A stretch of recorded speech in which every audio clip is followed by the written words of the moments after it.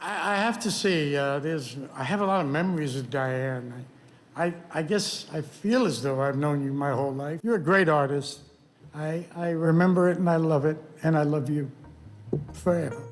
They say true love never dies, only transforms. In Hollywood's golden corridors, some stories remain untold until the final curtain falls.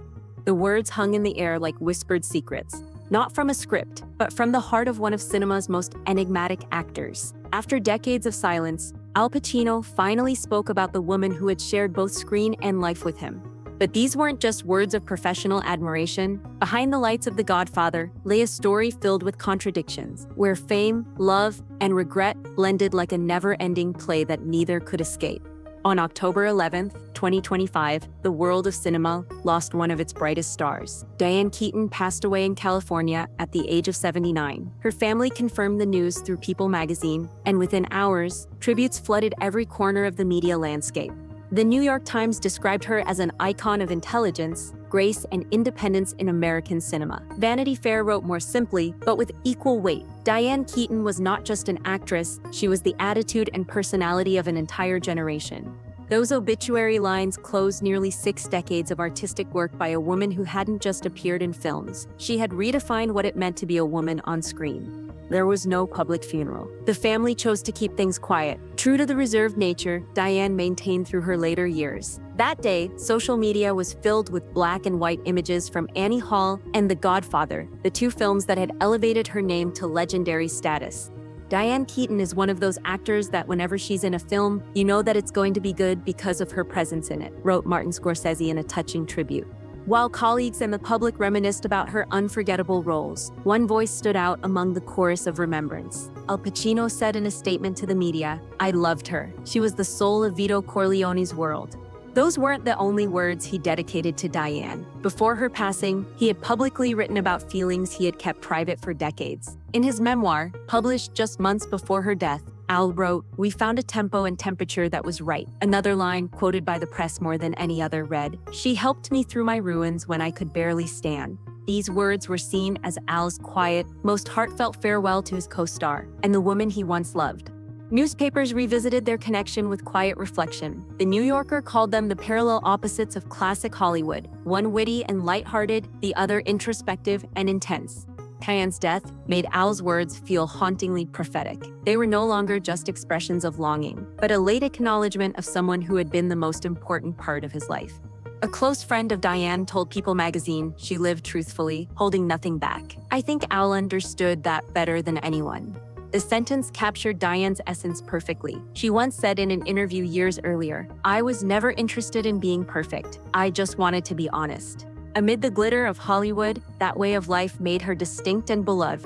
As the news of her passing spread, a group of young actors reposted an image of her smiling in the final scene of Something's Gotta Give, with the caption, "She made aging look fearless." At nearly 80, Diane was still working. Appearing in book club The Next Chapter, released it, she had said it would be her last film role.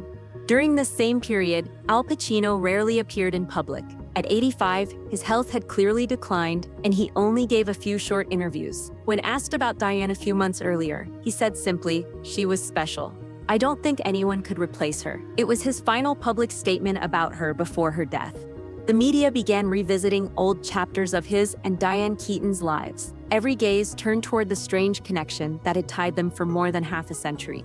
How did it all begin? We have to travel back to East Harlem, to a restaurant called Patsy's, where the intimate cast of The Godfather first gathered and where 2 strangers would meet, forever changing each other's destiny.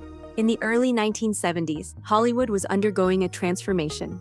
Studios were searching for new faces who embodied a more realistic spirit, far from the polished glamour of the golden era. In that context, The Godfather began production.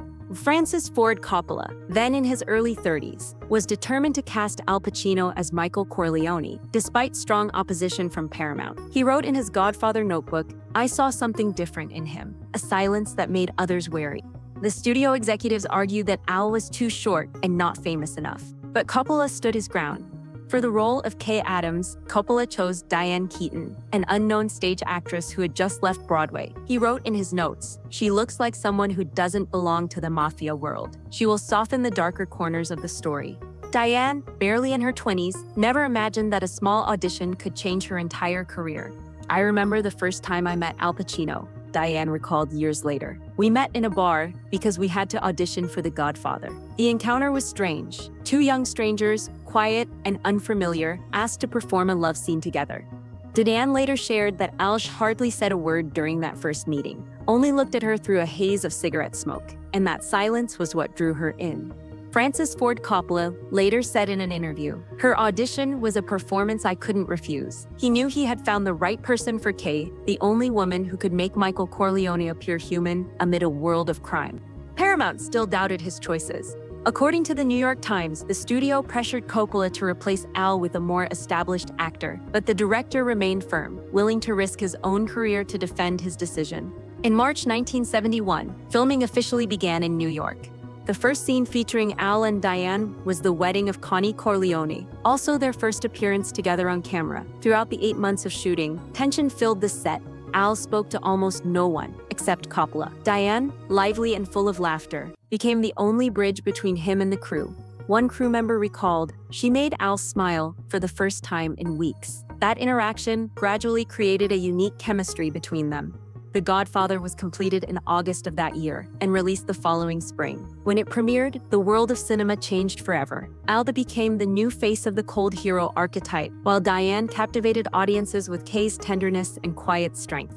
A critic wrote in the Los Angeles Times, "The two bring such authenticity that the audience forgets they are only characters." During the film's promotion, Diane and Al began appearing together more often. Still, both avoided discussing their personal relationship. Diane only shared that after the premiere, Al invited her to dinner at a small restaurant near Central Park, and that was the first time they truly talked. "He wasn't like anyone I had ever met," Diane later said. "He didn't try to be charming. He was simply different." The success of The Godfather opened a new era for both of them. The film not only redefined the gangster genre, but also placed them at the center of 1970s American cinema. Al quickly earned an Oscar nomination, while Diane became one of the most sought-after actresses among young directors. After The Godfather, Diane and Al stepped off the set with dazzling fame and an invisible thread connecting them in real life. Success lifted them to the heights of stardom. It also placed them in a whirlpool of fame, expectation, and unspoken emptiness. From there, their relationship began to change, between the lights and the private shadows within their souls. After the success of The Godfather Part II, Diane Keaton and Al Pacino officially entered a romantic relationship. They began seeing each other more often outside the set, appearing together at premieres and Paramount events. Both were rising stars, yet they chose to keep their private lives away from the media spotlight. Diane once shared in a rare moment of candor, "Love of my life, but we're complicated." A short sentence. It perfectly captured their contrast, one open and bright, the other private and deeply introspective. Diane's career exploded only a few years later. In 1977, Annie Hall was released and instantly became a cultural phenomenon. The role earned her the Academy Award for Best Actress. Her effortless style, natural performance, and intelligent charm made Diane a new symbol of the modern woman on screen. The media called her the face of an era, an image both artistic and grounded. She spoke candidly in interviews about women's freedom in the industry and about how success did not need to rely on male archetypes. Al Pacino reached another pinnacle of his own. Dog Day Afternoon made him an emblem of raw rebellious emotion, while Scarface solidified his image as the most intense and transformative actor of the night. A critic once described him as the face of America's post-war confusion, a man lost yet proud in his defiance.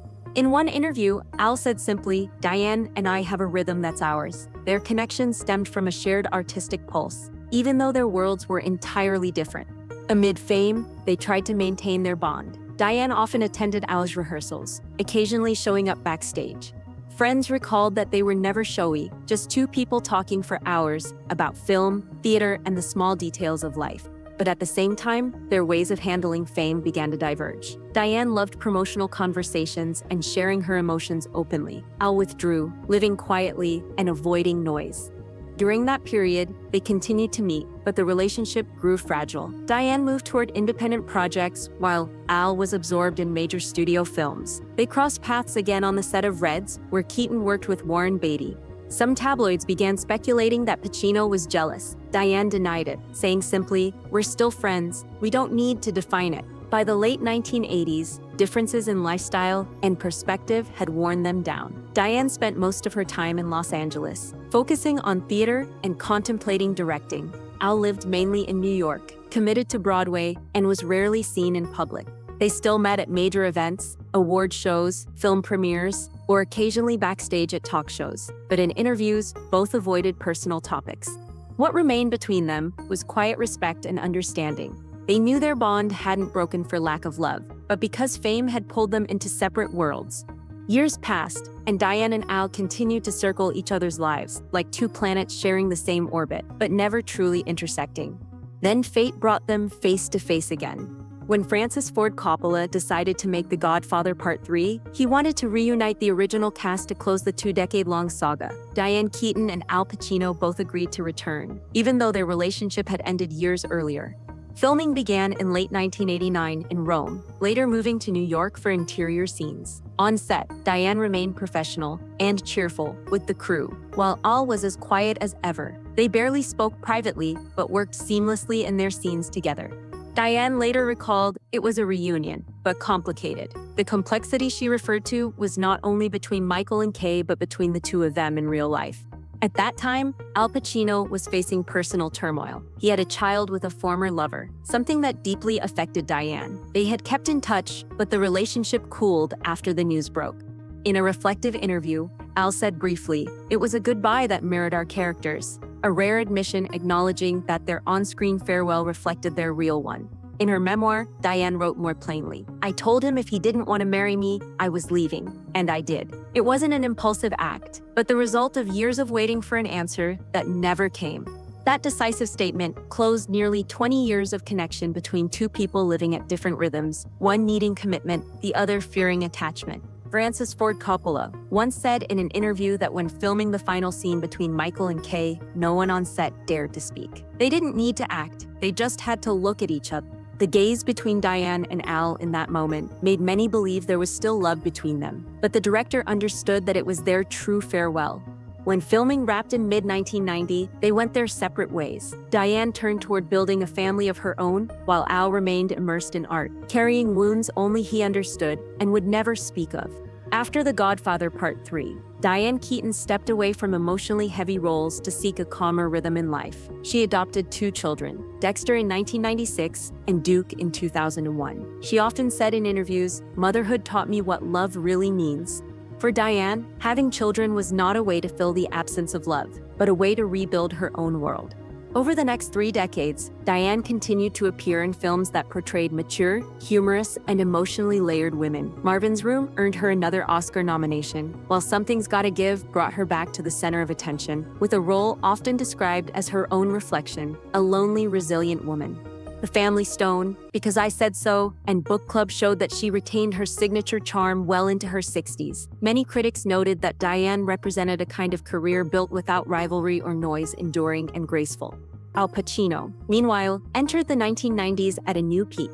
Scent of a Woman earned him his first Academy Award, confirming his status as a master of the craft. He went on to star in Heat, The Insider, The Devil's Advocate, and many others, maintaining a unique position amid a rapidly changing Hollywood. But behind his professional triumphs, his personal life remained quiet. Al had 3 children, twins Anton and Olivia with Beverly D'Angelo, and a son, Roman, with Noor Al-Fala. Though he had many relationships, he never married. In one conversation, Al said, "Marriage is a state I never entered, but I have known love." The line has been quoted repeatedly as a perfect summary of his life, a man who had everything except stability and love. In 2024, Al Pacino published his memoir, Sonny Boy, a book critics described as a simple, unguarded self-portrait of someone who has lived through every summit. He wrote about his impoverished childhood in the Bronx, the struggles of theater life, fame that came too early, and the emptiness that followed each role. In the middle chapters, Al devoted several pages to Diane Keaton, the only person he mentioned with rare tenderness. "She helped me through financial ruin by pushing Sea of Love," he revealed. Few knew this story from the late 1980s. After Al suffered financial collapse following the failure of Revolution, it was Diane who persuaded him to take the role in Sea of Love, helping him regain both his reputation and his confidence. In another passage, Al wrote, "We got drunk together after the Godfather shoots, and I knew then I'd never meet anyone like her again." Though he didn't specify the time, those words showed that Diane had become an irreplaceable part of his memory. Sonny Boy, published by Penguin Press, quickly became one of the most discussed books in the film world in 2024. Critics praised it as raw and profoundly human, because in Al's writing lay not just his career, but the journey of a man learning to live with loss. Many noted that the section about Diane was the heart of the memoir, where Al finally admitted there were things he had let drift too far away. Diane and Al maintained a gentle friendship, occasionally appearing together at American Film Institute tributes. In 2024, when Diane received her Lifetime Achievement Award, Al was there in the front row, standing to applaud as she walked to the stage. When asked about their relationship, he simply said, "She changed the way I see love." After that night, they were never seen together again. A year later, Diane Keaton passed away peacefully in California. Amid the tributes, Sonny Boy resurfaced as a kind of reverse farewell, not from the departed, but from the one left behind. The words Al wrote about Diane were shared everywhere, like a goodbye he had never spoken aloud. Diane Keaton and Al Pacino left behind not only timeless performances, but also a legacy that reshaped how audiences viewed humanity in cinema. Diane redefined women's place on screen: strong, vulnerable, witty, profound, always authentic in every stage of life. She proved that a woman didn't need to conform to be loved, that she could be the center of the story through honesty alone. Her style, from the wide-brimmed hats to her crisp way of speaking, became a symbol beyond film, a statement of freedom and identity. Al Pacino, with his piercing eyes and deep voice, embodied the imperfect hero, quiet, fierce, and full of contradictions. He showed that the real power of acting lies in silence and gaze, not words. Each of his characters revealed another layer of the human condition: pride, weakness, yearning, and solitude. From The Godfather to Annie Hall, from dazzling beginnings to the quiet final years, they have never been forgotten in the audience's memory. Their connection needed no vows, no titles. It simply existed like a soft light across the screen, where Michael looked at Kay one last time. In the end, perhaps Al's confession was this: some loves transcend definition, some bonds can't be named, and sometimes the greatest love stories are the ones that remain unfinished. If the story of Diane Keaton and Al Pacino made you think differently about love, attachment, and separation, leave a comment below. Don't forget to like, subscribe, and turn on the notification bell so you won't miss more cinematic stories filled with meaning and depth.